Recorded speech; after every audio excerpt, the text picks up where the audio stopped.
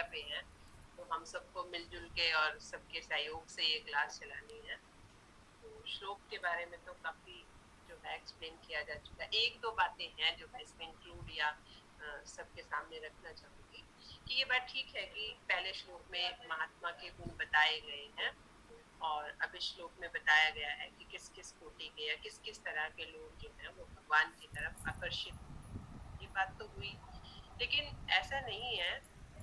कि अगर कोई कामना के साथ भी भगवान की पूजा करने जाता है तो उसमें भी घबराने की या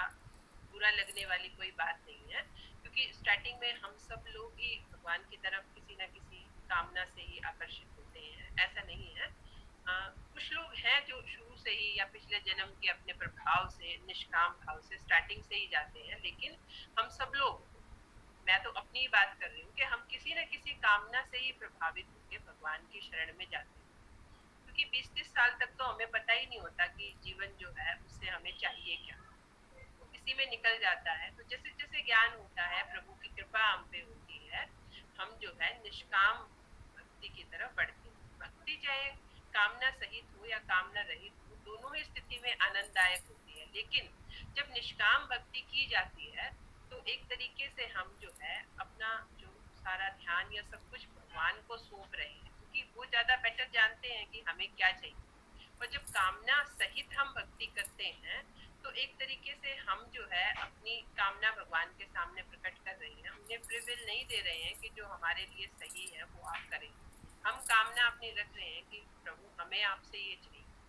तो धीरे धीरे जैसे जैसे हम भगवान कृष्ण की भक्ति में लगते हैं या कृष्ण भावना भावित होते हैं, तो आप लोग भी रोज देख रहे होंगे हम स्वतः ही निष्काम भावना की तरफ बढ़ते चले जाते हैं। हमारी कामना जो है वो एक तरीके से कम होती चली जाती है और धीरे धीरे समाप्ति हो जाती है। हम भगवान पे छोड़ना शुरू कर देते हैं कि आपको जो उचित लगे वही कीजिए, हम तो केवल अपने कर्तव्य की पूर्ति करते हैं। तो इसमें ये बताने वाले लायक है कि अगर स्टार्टिंग में हम कामना सहित भी भगवान की पूजा करते हैं तो उसमें भी कोई घबराने या छोटा समझने वाली बात नहीं है, लेकिन सबसे जो बेकार या सबसे निम्न बात ये है कि हम भगवान के मतलब अपने आप को भगवान के समान ही समझने लगते हैं। भगवान के समान तो कोई हो ही नहीं सकता, ये तो सत्य है। तो ऐसा सोचना और ऐसी, क्योंकि ऐसे क्रियाकलाप आजकल बहुत हो रहे हैं, किसी का नाम तो हमें नहीं लेना चाहिए इस मंच पे आके, लेकिन हम रोज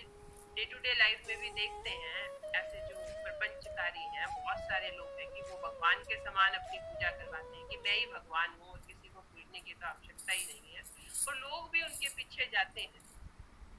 किसी भी तरीके से उनका जो भाव या निश्चय है उनमें दृढ़ है, जो भी कारण है,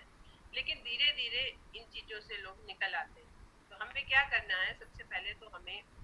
संग जो है, भगवत संग जो है वो अवश्य करना चाहिए, चाहे हमारी श्रद्धा, क्योंकि श्रद्धा और विश्वास जो है वो एकदम से उत्पन्न नहीं हो जाता कि हम सोचें। भगवान से प्रेम सबको है, लेकिन श्रद्धा और विश्वास जो है वो